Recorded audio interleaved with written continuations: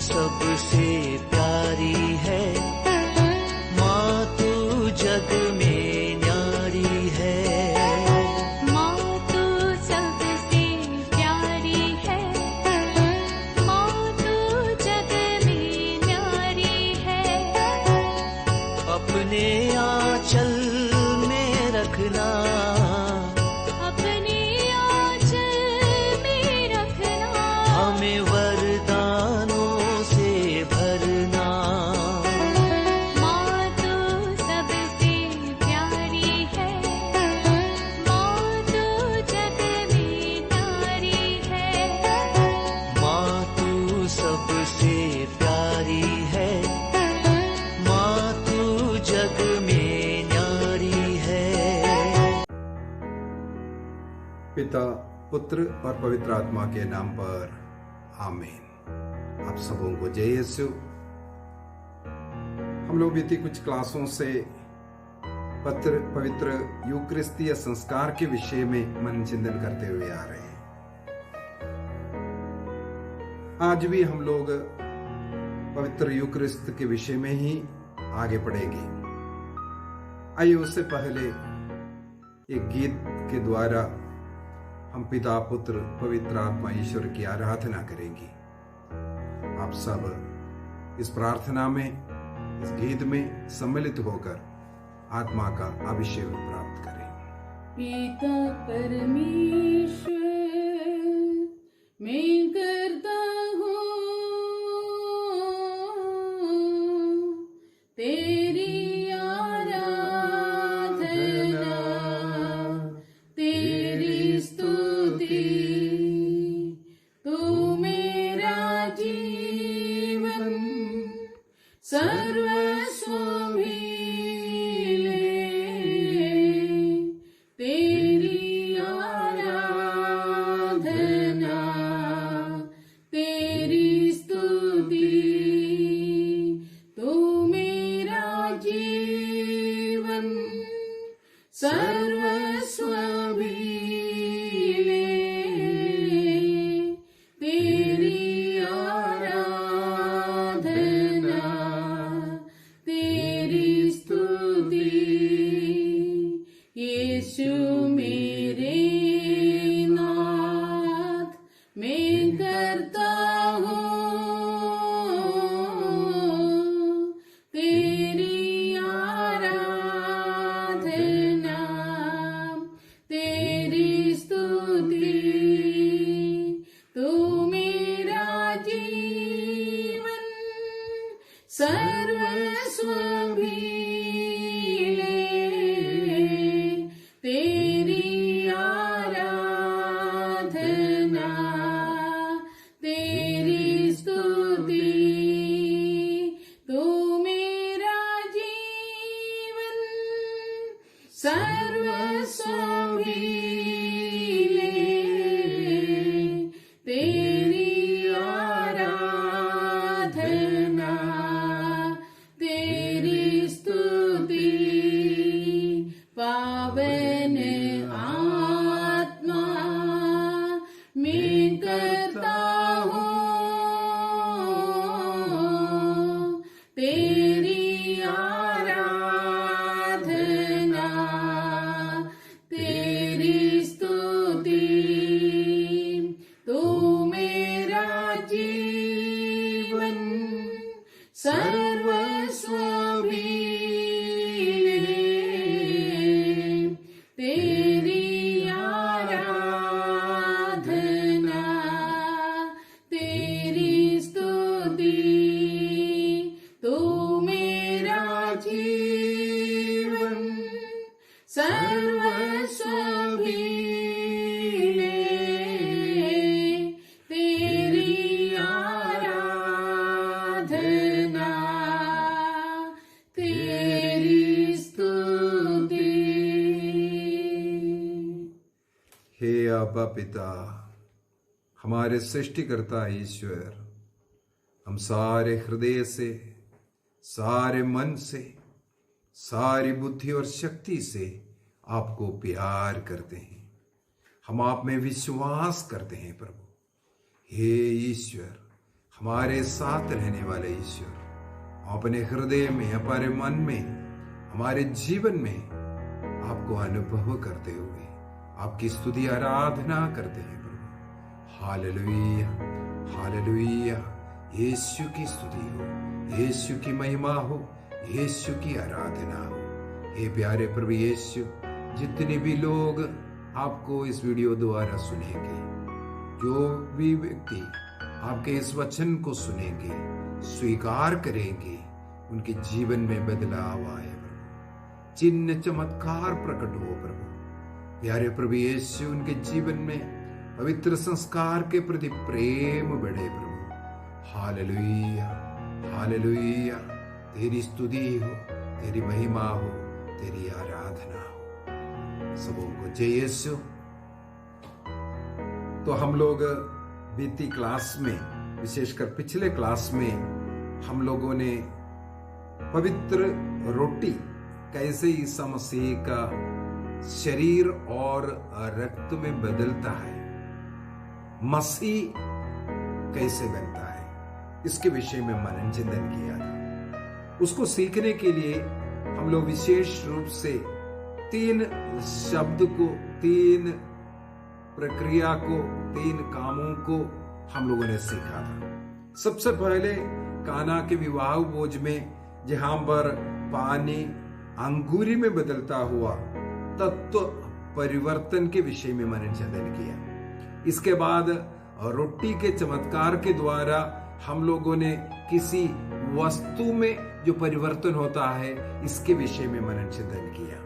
इसके बाद ईसा मसीह समुद्र पर चलते हुए आया, अर्थात ये स्वयं व्यक्ति में, अपने में जो परिवर्तन ईसा मसीह डाल सकता है, इसके विषय में हम लोगों ने मनन चिंतन किया। इसका मतलब प्रभु के हाथ में वो तत्व परिवर्तन कर सकता है। एक उदाहरण के द्वारा एक इंसान के जीन तक उन्होंने बदला था। उसके बाद विषय में भी हम लोगों ने मनन चिंतन किया। और प्रभु यीशु मसीह किसी भी वस्तु में परिवर्तन कर सकता है और स्वयं अपने में परिवर्तन कर सकता है। मत्ती, मरकुस और लूकस के सुसमाचार के अनुसार यीशु मसीह के रूपांतरण के विषय में भी हम लोग पढ़ सकते हैं। उसमें साक्षी के रूप में 3 शिष्य लोग थे, पेतरुस, योहन और याकूब। उनमें से पेतरुस ने अपने दूसरे पत्र में यह साक्षी भी दिया है। वो स्वयं वहां पर उपस्थित रह करके ईसा मसीह का उस रूपांतरण को उन्होंने देखा है करके। पेतरुस का दूसरा पत्र अध्याय 1 वाक्य 16 से 18 तक का वचन में ये लिखा हुआ है। 2 पीटर चैप्टर 1 वर्स 16 to 18। वहां पर पेतरुस ने उस ताबोर पहाड़ पर ईसा मसीह का जो रूपांतरण उन्होंने दर्शन किया और स्वयं उन्होंने जो अनुभव किया था उसके विषय में उन्होंने साक्ष्य दिया। वहां पर ईसा मसीह जब प्रार्थना कर रहे थे, उनका रूपांतरण हुआ, उनका मुखमंडल तेजोमय हो गए, उनका वस्त्र उज्जवल हो गए और उनसे मूसा एवं एलियस बात करता हुआ उन्होंने देखा। लूकस के सुसमाचार उसके अध्याय 9 का वाक्य 28 से Saint Luke chapter 9 verse 28 onwards हम लोग ईसा मसीह का इस रूपांतरण, ट्रांसफिगरेशन के विषय में मनन चिंतन करते हैं। वहां पर वाक्य 31 में 31 में लिखा है, जो 30 से 2 पुरुष उनके साथ बातचीत कर रहे थे। वे मूसा और एलियस थे, जो महिमा सहित प्रकट होकर यरूशलेम में होने वाले उनकी मृत्यु के विषय में बातें कर रहे थे। अर्थात शिष्य लोगों ने ईसा मसीह को मूसा एवं एलियस से बातचीत करता हुआ उन्होंने देखा और उनका रूपांतरण उन्होंने देखा। किस प्रकार स्वर्गीय महिमा में वे थे वो भी देखा। अर्थात ईसा मसीह अपने स्वर्गीय महिमा को भी शिष्य लोगों के सामने प्रकट किया। तो सवाल है, ईसा मसीह क्या उस रोटी और दाखरस देकर के मेरा शरीर है, ये मेरा रक्त है कह करके दिया, क्या वो रोटी और दाखरस प्रभु ईसा मसीह का शरीर और रक्त नहीं बन सकता? बना है। वही हम लोग पिछले क्लासों में पढ़ करके आया। यदि आप लोगों ने पिछले क्लासेस अटेंड नहीं किया, उन वीडियोस को नहीं देखा, जरूर उसको पहले देख लीजिए। अब तक इस विषय में 12 क्लास में ले चुका हूं, यूक्रिस्त के विषय में। उसको शुरू से देख करके आइए, तभी उसका पूर्ण ज्ञान आपको प्राप्त होगा। हम लोगों ने पुराने विधान से शुरू किया था। पुराने विधान का बलि ईसा मसीह के बलि के अनुसार नियम बना करके दिया। ईसा मसीह का बलि को सामने देखकर उसका छाया मात्र पुराने बलि में हम लोगों ने देखा था। ईसा मसीह में वो पूर्ण हो रहा है। मत्ती के सुसमाचार उसके अध्याय 5 में पहाड़ी संदेश वहां पर प्रभु ईसा मसीह एक बात कहते हैं। वाक्य 17, यह ना समझो, मैथ्यू चैप्टर 5:17, यह ना समझो कि मैं संहिता अथवा नबियों के लेखों को रद्द करने आया हूं। उन्हें रद्द करने नहीं बल्कि पूरा करने आया हूं।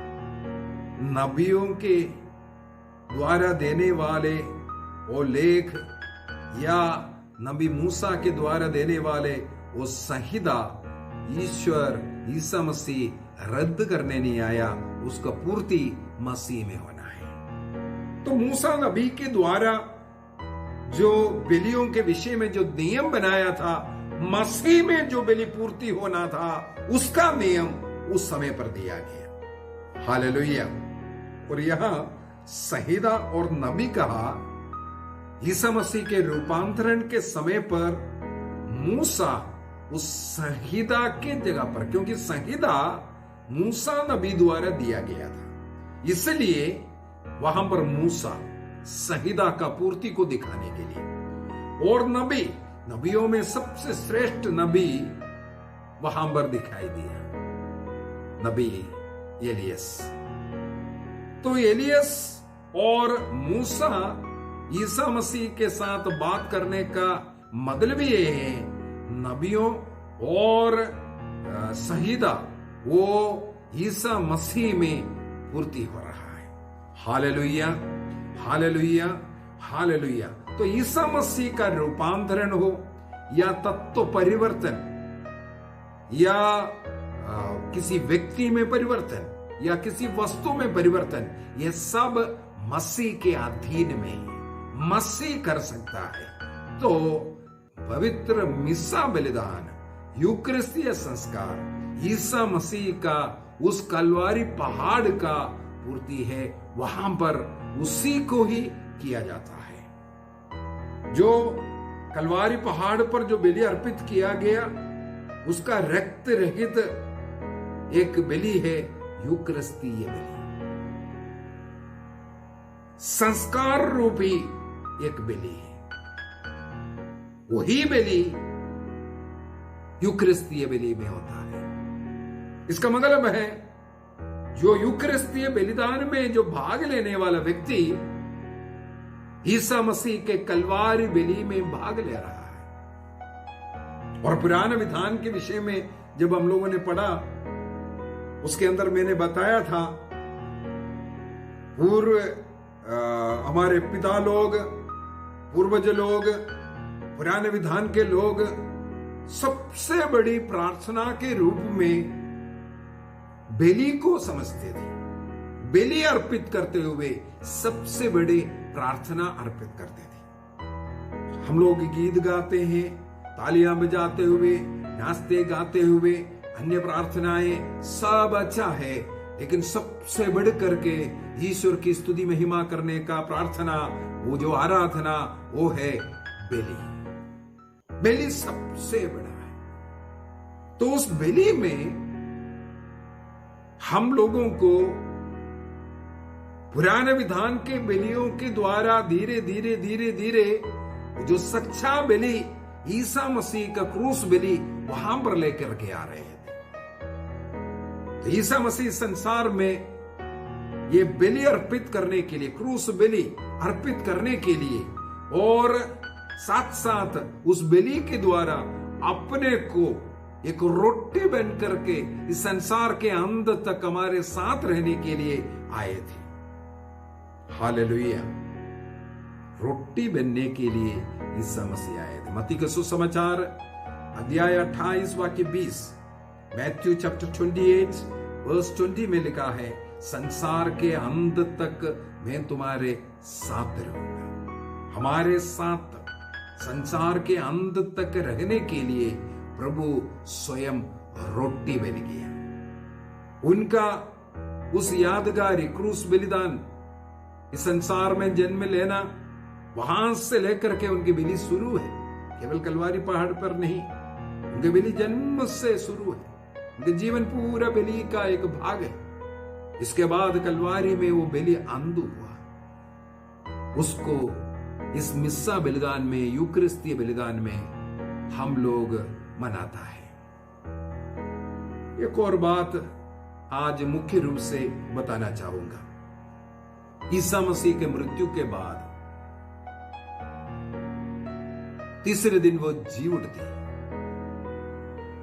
जी उठने के बाद उन्होंने सबसे पहला किया हुआ एक काम, एक बलि अर्पित करना, मिस्सा बलिदान अर्पित करना, ये यूकरिस्तीय बलिदान अर्पित करना। हम लोग लूकस के सुसमाचार उसके अध्याय 24 में वाक्य 13 से यदि पढ़कर के जाएंगे, लूक चैप्टर 24 वर्स 13 ऑनवर्ड्स यदि हम लोग पढ़कर के जाएंगे, दो शिष्य लोग यरूशलेम छोड़ करके एम्माउस अपना घर जाता हुआ मिलते हैं, और उसमें एक व्यक्ति का नाम क्लोपस नाम भी लिखा हुआ है। वाक्य 18 उनमें एक क्लोपस, और इसका मतलब उनके साथ कौन गया होगा?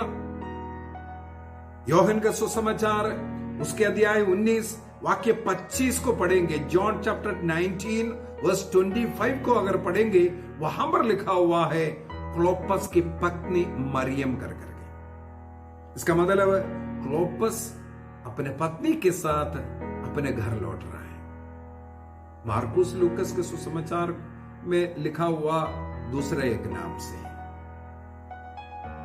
और यहां पर हम लोग देखते हैं दोनों पति पत्नी अपने घर लौट रहा है। उन लोग यात्रा करते करते यही चर्चा कर रहा था। यरूशलेम से कहा जाता है एम्माउस तक 11 मील का दूरी हो सकता है, या मैक्सिमम 30 किलोमीटर तक हो सकता है करके। एग्जैक्ट अभी तक कोई नहीं बता रहा है। कम से कम 11 मील की दूरी होना संभव है। 4 कोस यहां लिखा हुआ है। तो इन लोग चलते चलते यरूशलेम में जो घटना हुआ ईसा मसीह के विषय में, उनका मरना, उनका जी उठना, इसके विषय में लोग चर्चा करते करते जा रहे थे। और उस यात्रा में ईसा मसीह स्वयं एक यात्री के रूप में उनके साथ मिलते हैं और उनसे बात करना शुरू किया। तुम लोग किस बात पर चर्चा कर रहे हैं? तो इन लोग बोलने लगे। यहां पर लिखा हुआ है वाक्य 16 के अंदर, परंतु शिशुओं की आंखें उन्हें पहचानने में असमर्थ रही। और वाक्य 17 में उसके कारण लिखा है, क्योंकि उनके मुख मलिन थे। उनके मुख मलिन थे, वो दुखित थे, निराश अवस्था में। 3 वर्ष जिसको गुरु मान करके जिनके पीछे गए, वो मर गए, और आज उनका डेड बॉडी तक नहीं मिल रहा है। इसलिए वो निराश थी, हताश थी, दुखी थी। इस प्रकार जाने के कारण वो मसीह को नहीं पहचान पाए, जिनके साथ वे लोग 3 वर्ष घूमते रहे, कई चमत्कार देखे, उनके भाषणों को सुनी, उनके मरने के विषय में, जी उठने के विषय में सब कुछ सुनी। इसके बावजूद भी वे लोग मसीह को नहीं पहचाना। तो मसीह वहां से उन लोगों को सिखाना शुरू किया। मूसा नबी से लेकर के अन्य नबियों के द्वारा क्या क्या मसीह के विषय में बताया था, उनको इस संसार में कब जन्म लेना था, क्यों जन्म लेना था, संसार के पापों का प्रायश्चित करते हुए उन्हें अपने जीवन में, अपने शरीर में दंड भुगतना है, प्रायश्चित करना है अपने शरीर में सहन करते हुए, और क्रूस मृत्यु के द्वारा शैतान के हर कार्य को नष्ट करना है और पुनर्जीवित होकर के स्वर्ग में जाना। ये सब बातें इनको बताते गए। इस प्रकार उन लोग एम्माउस पहुंचते हैं। वाक्य 28 इतने में वे उस गांव के पास पहुंच गए जहां वे जा रहे थे। लग रहा था जैसे ईसा आगे बढ़ना चाहते, ईसा आगे चलना चाहते, लेकिन शिष्यों ने यह कहकर उनसे आग्रह किया, हमारे साथ रह जाइए, सांझ हो रही है और अब दिन ढल चुका है। और ईसा मसीह उनके साथ रहने के लिए भीतर गए। अगला वाक्य 30, लूकस अध्याय 24 वाक्य 30। Luke chapter 24 verse 30। ईसा ने उनके साथ भोजन पर बैठकर रोटी ले ली, पहला आशीष की प्रार्थना पड़ी, 2 और उसे तोड़कर उसे देना, तोड़ना और देना। जो यूक्रिस्तीय संस्कार की स्थापना के समय पर हुआ, यहूदी कलीसिया की स्थापना के समय पर 5 रोटी लेकर के जो किया, या गैर यहूदी समुदाय के लिए जो प्रभु ने किया 7 रोटियों के साथ उस कलीसिया की स्थापना के समय पर रोटियां लेना, आशीष की प्रार्थनाएं पढ़ना और उसे तोड़ना और शिष्यों को देना, ये कार्य यहां पर भी, अर्थात ईसा मसीह यहां पर आकर के पवित्र मिस्सा बलिदान अर्पित कर रहा है। हालेलुया। जब उन्हें यह रोटी दिया तब क्या हुआ? वाक्य 31, इस पर शिष्यों की आंखें खुल गई और उन्होंने ईसा को पहचान लिया, किंतु ईसा उनकी दृष्टि से ओंझल हो गया। इतना कार्य करने के बाद मसीह ने रोटी तोड़ करके जब शिष्यों को दिया, जब उन्होंने उसको ले लिया, ग्रहण किया, उनकी आंखें खुल गई और मसीह को पहचान लिया। मसीह को पहचानते ही मसीह उनकी आंखों से ओझल हो गया, अर्थात मसीह को अभी शारीरिक रूप से उनके सामने प्रकट करने की जरूरत नहीं, क्योंकि उन्होंने उस रोटी में मसीह को पहचान लिया। हालेलुया। इसकी जरूरत है। जिस समय पर हम उस पावन रोटी में, पवित्र यूक्रिस्ट में मसीह को पहचानेंगे, हमारा जीवन बदल जाएगा। यहां पर यही हुआ है। जब उन शिष्यों ने रोटी ली, उनकी आंखें खुल गई, जीवन बदल जाएगा। मैंने पवित्र यूक्रिस्ट संस्कार की स्थापना के समय पर एक उदाहरण, एक जीवित उदाहरण रामन कुटी के विषय में मैंने बता करके दिया था। अपना बेटा कैंसर से आखिरी स्टेज में पड़ा हुआ वो बेटे के लेकर हॉस्पिटल गई। बेटा इस दर्द में अपने पिता के छाती पर लेट करके सोता है, अन्यथा वो सोता नहीं। रामन कुटी उस वार्ड में प्रवेश नहीं कर सकता, उस हॉस्पिटल का। एक कार्य किया, दीवार के उस साइड में खड़े हो गया, अपने सीना, अपनी छाती दीवार की ओर लगाकर, दीवार के साथ लगाकर वो पूरी रात खड़े रहे, हाथों को खुला रखा था। और उनका बेटा वार्ड के अंदर, हॉस्पिटल के अंदर उस दीवार को पकड़ करके, दीवार की ओर मुड़ करके अपने पिता का उस प्यार को अनुभव करते हुए वो बेटा सो गया था। एक हिंदू डॉक्टर का साक्षी है, उन्होंने अपनी आंखों से देखा, और उस बेटे को जाकर के बताने वाला वो डॉक्टर स्वयं है। तुम्हारा पिता इस दीवार के उस पार है। उस बेटे ने उसमें विश्वास किया, मेरा पिता है इस दीवार के पीछे है, उस पार है। मैंने उस समय पर माना था, जिस दिन हमारे आंखें इस प्रकार खुलेगा, रोटी में हम मसीह को पहचानना शुरू करेगा, हमें शारीरिक रूप से देखने की जरूरत नहीं है, वो अनुभव हमें मिल जाता है। यहां पर क्या हुआ, इसके बाद तुरंत शिष्य लोग क्या कहते हैं, वह वाक्य 32 तब शिष्यों ने एक दूसरे से कहा, हमारे हृदय कितने उद्दीप्त हो रहे थे जब वे रास्ते में हमसे बातें कर रहे थे और हमारे लिए धर्म ग्रंथ की व्याख्या कर रहे थे। Hallelujah, hallelujah. जब वो बाइबल सुनते हैं, गाना गाते हैं, अन्य प्रार्थनाएं पढ़ते हैं, हमारा हृदय इसी प्रकार उद्दीप्त जलता है। वचन अच्छे अच्छे वचन आता है, उसकी ओर आकर्षित होकर के हम हालेलुया आमीन सबका करके, उसमें हम लोगों के एक प्रकार का एक आवेश आ जाता है, एक शक्ति आ जाता है, अच्छा लगता है। तालियां बजा करके प्रभु की महिमा गाते रहना और वचनों को सुनना, वचनों को सुनाना, उसमें एक जोश रहता है। यही तो कहता है ईसा मसीह रास्ते में जब नबियों के बात और बाइबल के पुराने विधान के वो जो बातें जो बता करके आया, हमारा हृदय उद्दीप्त हो रहा था, जल रहा था वचन सुन सुन करके।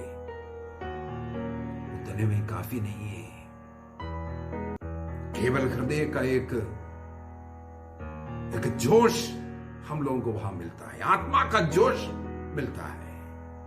इतना काफी नहीं है। यदि इतना काफी है, ईसा मसीह आगे बढ़ना था, वहीं पर उनके आंखों से ओझल हो जाना था। लेकिन मसीह चाहता है हमारा हृदय केवल बातों को सुन करके उद्दीप्त ना हो, बल्कि प्रभु को हम पहचाने, प्रभु को ग्रहण करें, प्रभु के अनुभव में रहे, प्रभु के पहचानने में, सत्य को देखने में हमारी आंखें खुले। इसलिए मसीह उनके साथ यूकरिस्तीय संस्कार, धन्यवाद की बलि अर्पित करने के लिए उनके घर में प्रवेश करते हैं। वो कार्य किया। आज बड़े दुख की बात है, कई लोग यूकरिस्तीय कलीसिया को छोड़कर केवल गाना गाने वाला, वचन सुनने वाला कलीसिया में जाकर के मिलते हैं। उसके पीछे के एक कारण सब लोग बोलते हैं, हमें अच्छा लगता है तालियां बजा करके गाने गाने में, वहां इतना शक्तिशाली वचन सुनाता है, इसलिए हमें अच्छा लगता है। वचन पढ़ने के लिए जा रहा हूं, बाइबल सीखने के लिए जा रहा हूं, क्योंकि बाइबल में शक्ति है, चमत्कार होता है वहां। इतना ही है, हृदय उद्दीप्त होकर के यूकरिस्तीय संस्कार को छोड़ करके जाने वाला। हम लोगों को वचन भी चाहिए, हमारे हृदय उद्दीप्त होना है, साथ ही साथ हो लेकर के हमें यूकरिस्तीय संस्कार में लेकर के जाना चाहिए। यदि हमारे जीवन यूकरिस्तीय संस्कार के साथ जुड़ा हुआ नहीं है, उस वेदी के साथ जुड़ा हुआ नहीं है, उस आराधना उस बलि में जुड़ा हुआ नहीं है, हमारे प्रार्थना अधूरा है, अधूरा प्रार्थना है।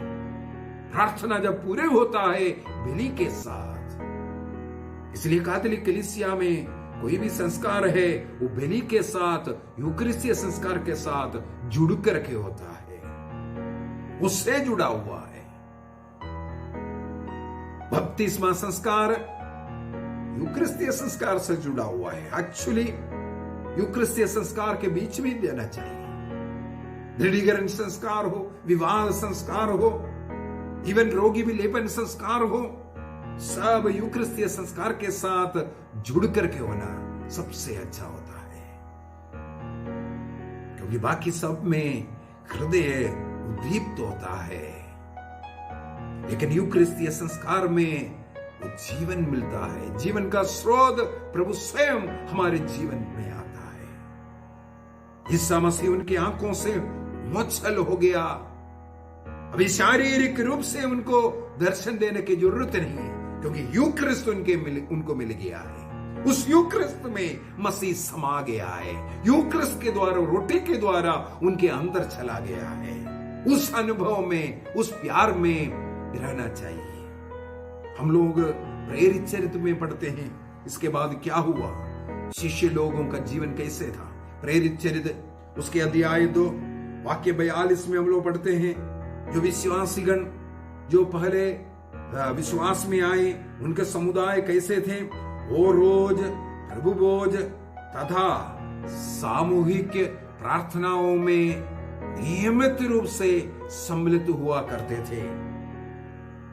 एक्ट्स चैप्टर 2 वर्स 42, वर्स 46 में भी लिखा हुआ है, 46 में भी लिखा हुआ है,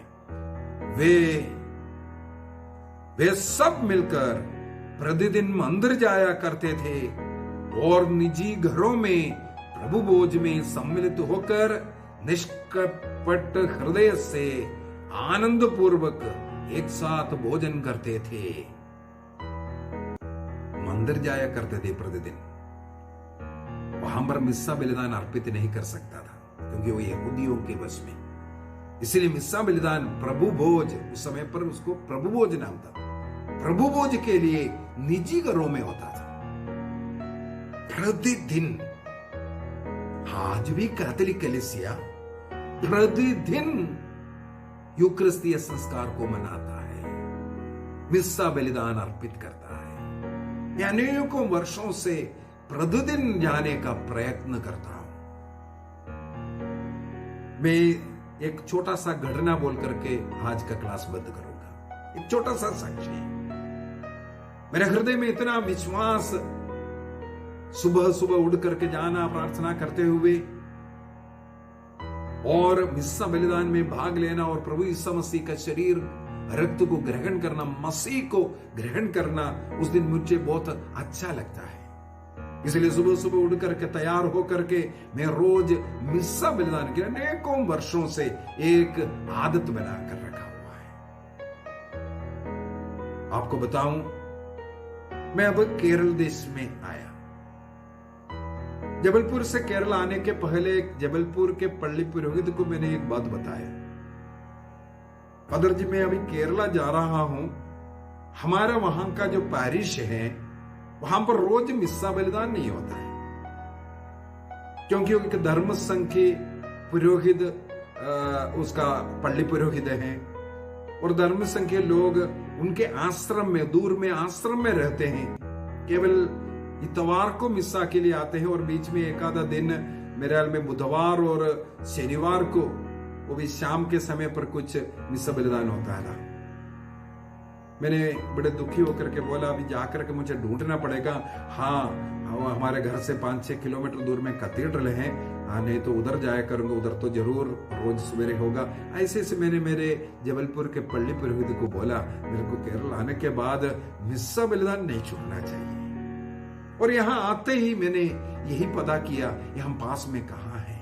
हमारे पल्ली के कई सदस्यों से मैंने बातचीत की, हमारे एरिया के जो प्रार्थना ग्रुप है उनमें भी मैंने चर्चा की है इस विषय में। मुझे रोज मिस्सा जाना है, कहाँ है? तो मुझे पास में 4 किलोमीटर दूरी में है एक और पल्ली है, थोड़ा पहाड़ी प्रदेश में है, चढ़ना पड़ता है, 4 किलोमीटर है। फिर भी मैं रोज वहां जाता था, पैदल जाते थे, पैदल आते थे। 2 रोजरी में जाते वक्त चलते चलते रोजरी, और वापस यात्रा में भी 2 रोजरी, 4 रोजरी मेरे सवेरे मिस्सा आने जाने के समय पर हो जाता था। लेकिन बीच बीच में मैं प्रार्थना करता था, प्रभु मेरे पल्ली में क्यों नहीं हो रहा है, मेरे पल्ली के लोग क्यों नहीं डिमांड कर रहे हैं। और मैंने मेरे पल्ली पुरोहित से भी इसके बारे में चर्चा किया, और पता चला उस पुरोहित को रोज वहां एक कॉन्वेंट में मिस्सा है, और यहाँ से शायद डिमांड में नहीं होगा, इसलिए उन्होंने कहा मेरा उधर कॉन्वेंट है, इसके बाद मेरा स्कूल का प्रिंसिपल है, ऐसे ऐसा कर करके बोला। इसके बाद लॉकडाउन शुरू हो गया, 1-2 महीना मुझे भी कहीं जाने के लिए नहीं मिला। लॉकडाउन जब खोला, फिर से मैं जाना शुरू किया, तब मुझे एक खुशखबरी मिला। जब से हमारे पारिश बना, पता नहीं कितना साल हो चुका है, बहुत पुराना एक पारिश है, तब से यह धर्म संघीय पुरोहित लोगों के द्वारा ही बनाया हुआ चर्च है। तब से इन्हीं लोग इसको चलाते हैं, और उन लोग मिलकर के एक आश्रम में रहते हैं, आश्रम से उनको आना पड़ता है, इसलिए रोज मिस्सा बलिदान, शायद यहाँ के लोग उसके लिए मांगा भी नहीं है। लेकिन मेरे हृदय में एक आग्रह था, ये जो लॉकडाउन खत्म होने के पहले ही मार्च महीने में ही यहाँ के इस डायसिस ने एक निर्णय किया, हमारे ये पारिश धर्म संघियों से उनको दूसरा एक पारिश दिया और डायसिस के अंडर में कर दिया, और एक पुरोहित को नियुक्त किया जो बिशप हाउस में रहते हैं, वहां काम करने वाला एक पुरोहित हमारे पल्ली में आए, और रोज आज मिस्सा बलिदान होता है। इतने वर्षों से यहां नहीं होता था। मेरे हृदय में एक आग्रह, मेरे पल्ली में क्यों नहीं हो रहा है। मेरा विश्वास है मेरे ईश्वर ने मेरे लिए यहां पर धर्म संघ के पुरोहित जो रोज नहीं आ सकता है, उनको हटा करके जो डायसिन पुरोहित को यहां पारिश पृष्ठ बनाया, उनके अधीन कर दिया एक पारिश को। यदि आपके हृदय में मिस्सा बलिदान के प्रति आग्रह है, चाहे किलोमीटर कितना भी होने दो, चाहे बारिश कितना भी तेज चलने दो, चाहे आंधियां चलने दो, चाहे ठंड चलने दो, चाहे गर्मी का सीजन हो, यदि आपके हृदय में, आपके मन में रोज ईसा मसीह को, यूक्रिस्तीय मसीह को ग्रहण करने की एक इच्छा आ जाए, इसके द्वारा आप सबसे बड़ा प्रार्थना कर रहा है, सबसे बड़ा प्रार्थना, इससे बढ़कर के एक प्रार्थना नहीं। इसके अंदर स्तुति है, इसके अंदर गीत है, इसके अंदर महिमा है, इसके अंदर विश्वास को घोषणा है, इसके अंदर सब प्रकार के आशीष हैं, और आशीष का स्रोत मसीह को हम ग्रहण करते हैं। आइए हम अपनी आंखों को बंद करें। आज हम लोगों ने देखा ईसा मसीह अपने जी उठने के बाद पहला कार्य एक यूक्रिस्तीय बलि को अर्पित करता हुआ, सबसे पहले उन्होंने वचन की घोषणा की, यूक्रिस्त का पहला भाग। इसके बाद उन्होंने अपना बलिदान, यूक्रिस्तीय बलिदान अर्पित किया, रोटी, दाकरस, आशीष देकर शिष्यों को देना। आइए हम विश्वास करें, जिस प्रकार उसको ग्रहण करते हुए शिष्यों की आंखें खुल गया, और उस घड़ी उन लोग वहां से निकले।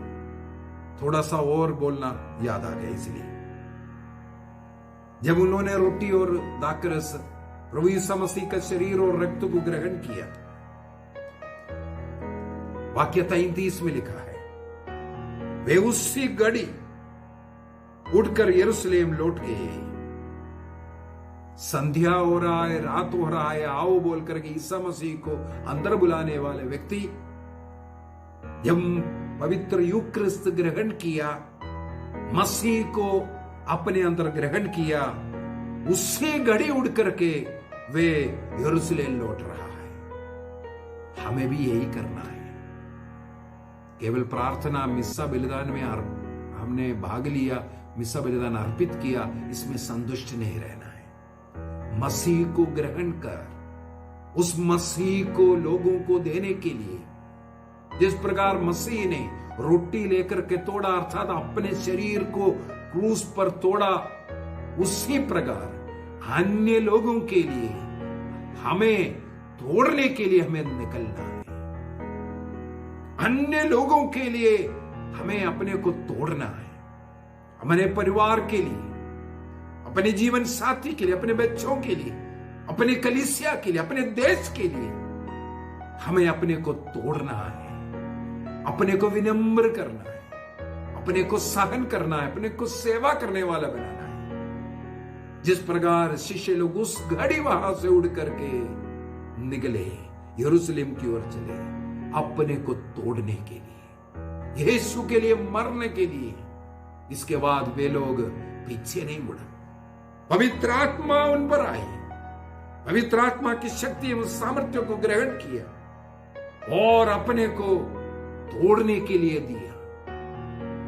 मसीह का रोटी ग्रहण करने वाला, मसीह को ग्रहण करने वाला स्वयं अपने को तोड़ने वाला बनना है, स्वयं मसीह के समान बनना है। एक पुरोहित इन पर्सना क्रिस्ती, क्रिस्त के स्थान में रह करके जो कार्य करने वाला, वहां बलिवेदी से निकलने के बाद क्रिस्त जैसे रहना है। उसमें भाग लेने वाले, उसको अर्पित करने वाले सभी लोग क्रिस्त के समान रहना है। अपने को, अपनी इच्छाओं को मां मरियम के समान देख में प्रभु की दासी हूं करके अपने सब कुछ प्रभु के लिए अर्पित करने वाली उस मां के साथ मिलकर, ईसा मसीह के साथ मिलकर अन्य लोगों के लिए, अन्य लोगों की सेवा के लिए अर्पित करने वाला हमें बनना है।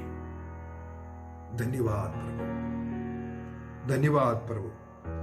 अपनी आत्मा की शक्ति हमें प्रदान कीजिए। प्रभु की आत्मा हम पर उतर आए, ताकि हम प्रभु के शरीर रक्त को ग्रहण कर इस यूक्रिस्तीय बलिदान के द्वारा प्रभु को धन्यवाद के लिए अर्पित करते हुए हम अपने को भी एक दूसरे के लिए अर्पित कर सके।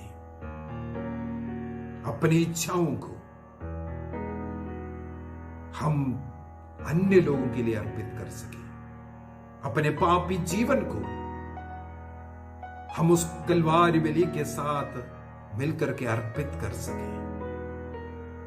हमारे दुख, कष्ट, सब कुछ अन्य लोगों के भलाई के लिए हम अर्पित कर सके। ये वचन सुनने वाले सभी लोगों को प्रभु की कृपा मिले, आशीष मिले।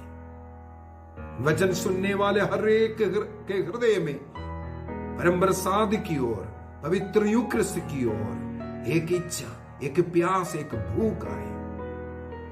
प्रतिदिन प्रभु का इस प्रभु भोज में भाग लेने का प्रयत्न करेंगे। धन्यवाद यीशु, धन्यवाद यीशु। तेरी स्तुति हो, तेरी महिमा हो, तेरी आराधना हो। पिता, पुत्र और पवित्र आत्मा के नाम पर आमीन। आप सबों को जय यीशु।